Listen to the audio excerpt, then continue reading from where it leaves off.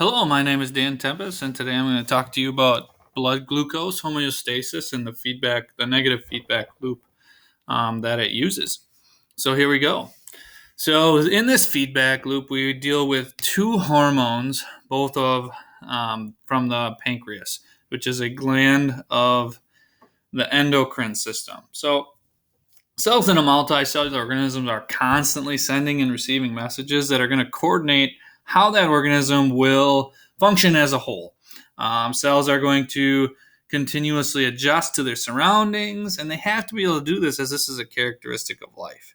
Specific to the endocrine system, it really is the body system that synthesizes and then secretes hormones. These hormones are used as the body's long distance signalers. They travel through the bloodstream to their target cells. And the glands of this system are going to be the secreting organs. So the pancreas would be a good example of that.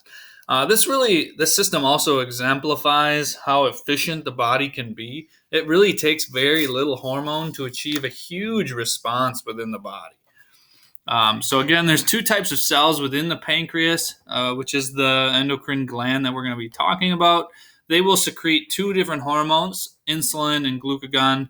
They have antagonistic effects, meaning they're going to cause two different things and really work against each other, depending on what the body needs. And they're going to work together to maintain glucose homeostasis. And these are going to be these cells that create insulin and glucagon are going to be found in clusters in the islets of Langerhans, which we will see on this picture here. So here we can see a cross section of the pancreas, and we can see that islet of Langerhans. So again, as I mentioned, we have glucagon, which is produced by alpha cells in the pancreas, and we can see alpha cells in the bottom half of this diagram down here. They're going to release glucagon, which is going to lead to a blood sugar increase. Opposite of that, insulin is going to be produced by beta cells. Again, we see beta cells up here releasing insulin, which will lead to a blood sugar decrease. So again, bringing us back to a blood sugar set point is the overall goal. And here we have our negative feedback loop. So again, homeostasis is achieved when the blood glucose level is around 90 milligrams per 100 milliliters. So if we receive a stimulus where the blood glucose level is higher than that, it's going to be above that homeostatic set point. For instance, maybe after eating a carbohydrate-rich meal, such as spaghetti maybe, the body the pancreas is stimulated to release insulin. And again, as we go back, insulin would be done by the beta cells. So beta cells in the pancreas are going to release insulin into the blood. And what that does is it triggers different body cells to take in glucose. So cells need glucose in order to perform cellular respiration. So it's an energy source for cellular respiration. So body cells are going to take that in and you hopefully be able to use that then for energy. The liver is another impact organ, and this is going to take in glucose from the bloodstream again and store it as glycogen for later use. And by cells doing that, taking in that blood glucose, the blood glucose level comes down. Again, we re-achieve our homeostatic set point. Opposite stimulus, maybe the blood glucose level drops below our homeostatic set point. Maybe that would be, as an example here, skipping a meal.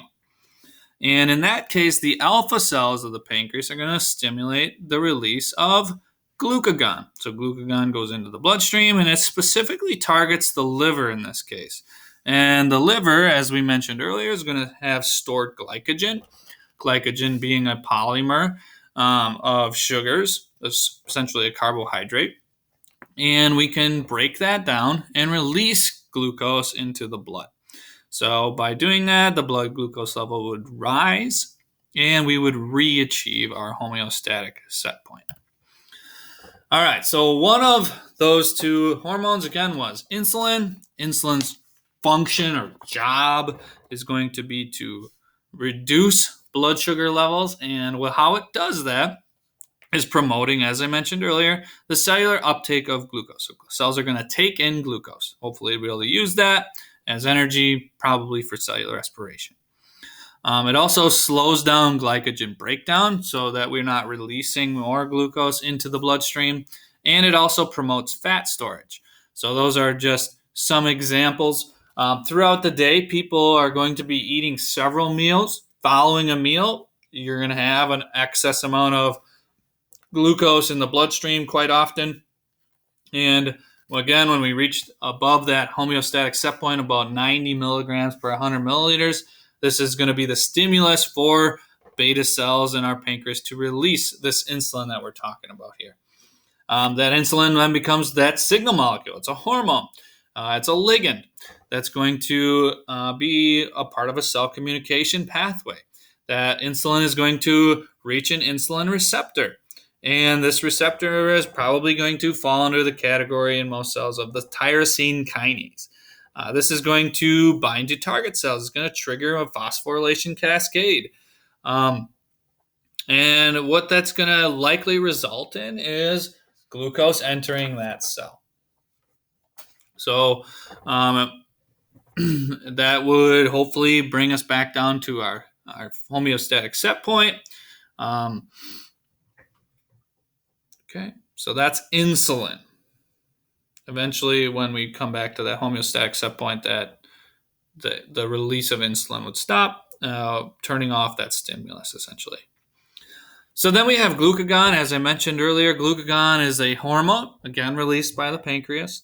It's going to increase blood glucose levels by stimulating the conversion of glycogen to glucose, and this is going to happen in the liver. It also stimulates the breakdown of fat and protein into glucose, so again, that we can use that energy that is found in glucose to perform cellular respiration. You can see some other organs that glucagon does act on. It acts on the heart, increasing heart rate, contractility. As we mentioned, adipose tissue would be fat.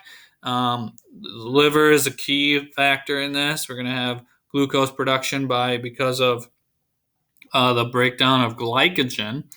You're going to have insulin secretion in the pancreas, and then you're going to have in the brain food intake down, appetite down, and so again, in between meals, following a meal, if a meal was skipped, as I mentioned earlier when I went through the feedback loop, the blood glucose levels are going to fall below our homeostatic set point. And this is going to be the stimulus is repeated is going to be received, by alpha cells of the pancreas. The alpha cells are going to respond by releasing this glucagon that we're talking about. And that's going to go into the bloodstream. Specific target cells are going to reach the liver and other cells, as you see on this slide, and hopefully stimulate that breakdown of glycogen. This is called glycogenolysis. Breakdown of glycogen is all that would be broken down to. And to do this, glycogen is going to be received by target cells. In this case, this is a G protein linked receptor, and that's going to bind to glucagon, and it's going to trigger that G protein. G protein is going to activate the next enzyme in the pathway called adenylate cyclase, and this enzyme's function is to synthesize the cyclic adenosine monophosphate, also known as cyclic AMP. And in this case, cyclic AMP is a secondary messenger. It's going to amplify the response as it passes that message on to the next step. So the next step is going to be a phosphorylation cascade, which is going to culminate in liver cells breaking down glycogen polymers. And again, we call this gluconeogenesis, releasing glucose into the bloodstream. And with glucose now entering that bloodstream, that homeostatic set point hopefully is achieved, and eventually that stimulus to release more glucose, or for glucagon to be released, is going to subside. Unfortunately, with this feedback loop, many people around the world struggle with when things go wrong with this feedback loop. And it's a common disease called diabetes mellitus. Perhaps this is the best known endocrine disorder of all time. And there's two types. We have type 1 diabetes and type 2 diabetes. But there's serious consequences for individuals who do not have the ability to control their blood glucose homeostasis in this negative feedback loop. There are two types of diabetes, both of which have individuals with the inability to to deal with high blood glucose. So when this happens, blood glucose levels are going to reach a point that are going to exceed the reabsorption capacity of the kidney, and thus causing them to excrete glucose in the urine. Common symptom of diabetes is sweet smelling urine. When water would also get excreted into the urine along with glucose, which can lead to dehydration, another symptom of diabetes. And the loss of glucose in the bloodstream forces cells to use fat stores as the energy stores for cellular respiration as opposed to that glucose.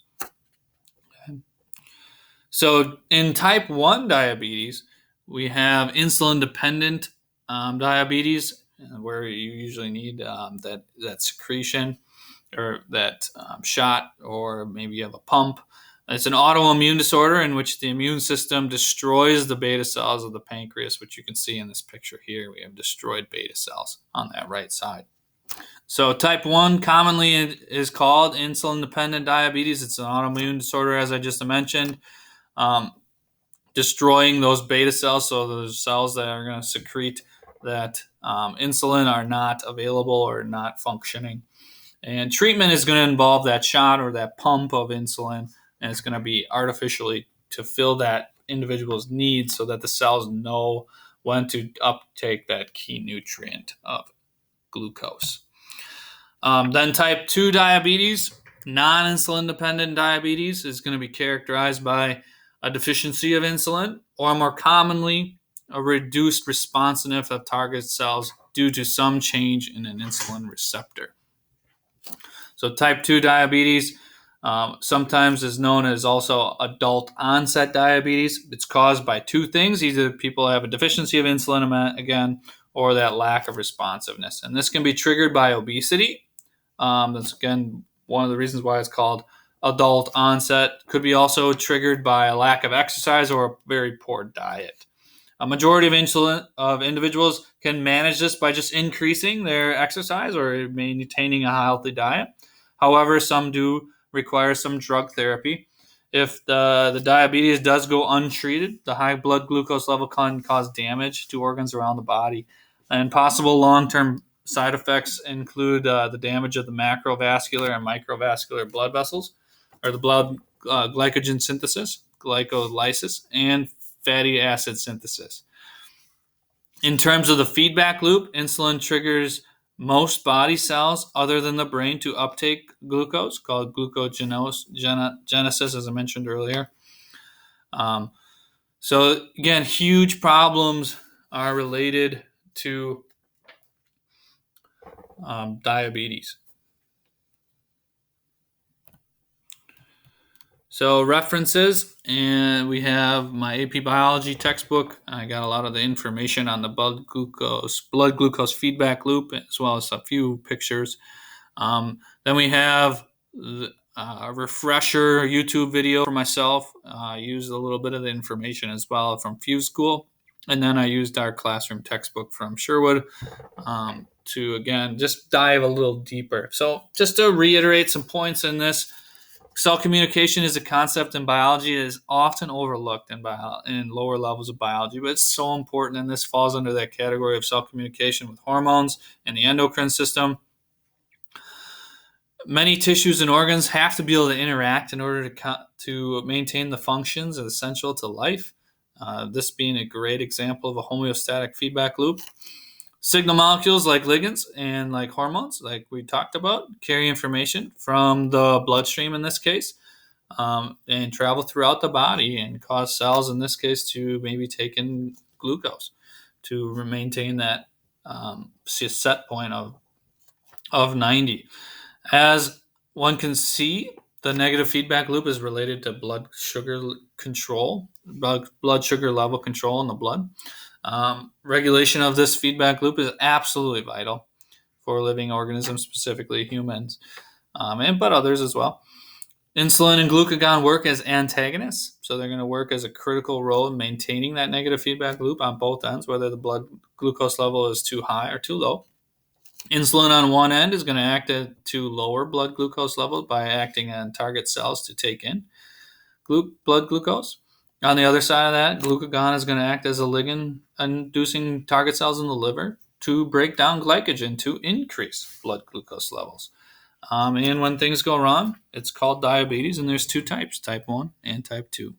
I hope you enjoyed my presentation on the blood glucose homeostasis and the negative feedback loop that controls it. Take care. Have a great day.